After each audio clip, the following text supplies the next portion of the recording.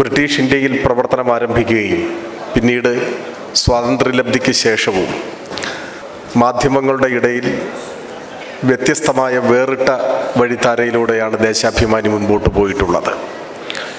ഇപ്പോൾ നമുക്കറിയാം, ലോകമാകെയും നമ്മുടെ രാജ്യത്തും മാധ്യമരംഗത്ത് വൻതോതിലുള്ള കോർപ്പറേറ്റ് വൽക്കരണം നടന്നുകൊണ്ടിരിക്കുകയാണ്. അമേരിക്കയിലെ 90% മാധ്യമങ്ങളും 6 കോർപ്പറേറ്റ് ഹൗസുകളുടെ നിയന്ത്രണത്തിലാണ് എന്നൊരു പഠനത്തിൽ സൂചിപ്പിക്കുന്നതായി ഓർമ്മിക്കുന്നുണ്ട്. അതിനേക്കാൾ അപകടകരമായ സ്ഥിതിയാണ് ബ്രിട്ടനിൽ നിന്നും ചൂണ്ടിക്കാണിക്കപ്പെടുന്നത്. അവിടെ 3 കോർപ്പറേറ്റ് ഹൗസുകളാണ് മിക്കവാറും എല്ലാ മാധ്യമങ്ങളെയും നിയന്ത്രിക്കുന്നത് എന്നതാണ് വസ്തുത.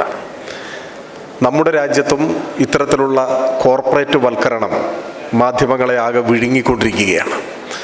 കോർപ്പറേറ്റുകൾ ഒരർത്ഥത്തിൽ രാജ്യഭാരമേൽക്കുക തന്നെ ചെയ്യുന്ന ഒരു കാലഘട്ടത്തിൽ സ്വാഭാവികമായും സാധാരണക്കാരുടെയും പാർശ്വവൽക്കരിക്കപ്പെട്ടവരുടെയും ശബ്ദം എവിടെയും കേൾക്കാതെയായി മാറും. അത്തരമൊരു ഘട്ടത്തിലാണ് ദേശാഭിമാനി എല്ലാ അർത്ഥത്തിലും ജനങ്ങളുടെ പത്രമായി കൂട്ടത്തിൽ നിന്നും വേറിട്ട് നിൽക്കുന്നത്. ദേശാഭിമാനിയുടെ പ്രത്യേകത, ദേശാഭിമാനിയുടെ ഉടമ ജനമാണ് എന്നതാണ്. ഏതെങ്കിലും ഒരു മുതലാളിയോ കോർപ്പറേറ്റ് ഹൗസോ അല്ല, ജനങ്ങളാണ്.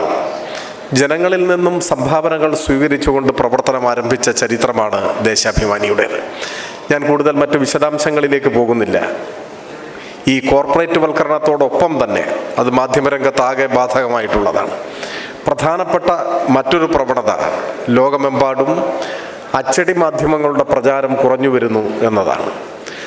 ഏതാനും മാസങ്ങൾക്ക് മുൻപാണ് 300 വർഷത്തെ പ്രവർത്തന പാരമ്പര്യം ഉണ്ടായിരുന്ന ജർമ്മനിയിലെ ഒരു പ്രമുഖ പത്രം വീനർ സായിത്തങ് എന്ന പത്രം അടച്ചുപൂട്ടിയ വാർത്ത പുറത്തു വന്നു. വരും വർഷങ്ങൾ ലോകത്തിൻ്റെ പല ഭാഗങ്ങളിലും അത്തരത്തിൽ വലിയ പാരമ്പര്യമുള്ള പല പത്രങ്ങളും അടച്ചുപൂട്ടലിനെ നേരിടും എന്നതാണ് എല്ലായിടത്തു നിന്നും വരുന്ന പഠനങ്ങൾ സൂചിപ്പിക്കുന്നത്.